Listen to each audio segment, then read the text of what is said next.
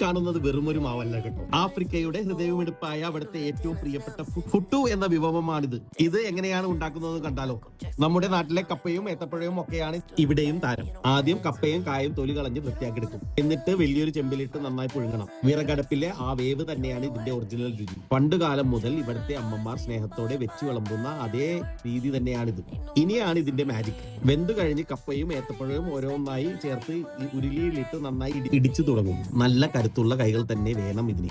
ഒന്ന് ആലോചിച്ചു നോക്കിയേ. ഒട്ടും പതറാതെ താളത്തിൽ ആ ഉലക്ക വീഴുന്നത് കാണാൻ തന്നെ എന്ത് ചന്തമാണ്. ഇടയ്ക്ക് അല്പം വെള്ളം ചേർത്ത് നല്ല വെണ്ണ പോലെ പരുവപ്പെടുത്തിയെടുക്കും. ഇടിച്ചെടുത്ത ആ മാവ് ഉരുളിയിലാക്കി മാറ്റുമ്പോൾ അതൊരു കലയായി മാറുകയാണ്. സ്വർണ്ണ നിറത്തിലുള്ള ആ ഉരുളി കണ്ടാൽ തന്നെ കയ്യിലിട്ട് വാരാൻ തോന്നുമല്ലേ.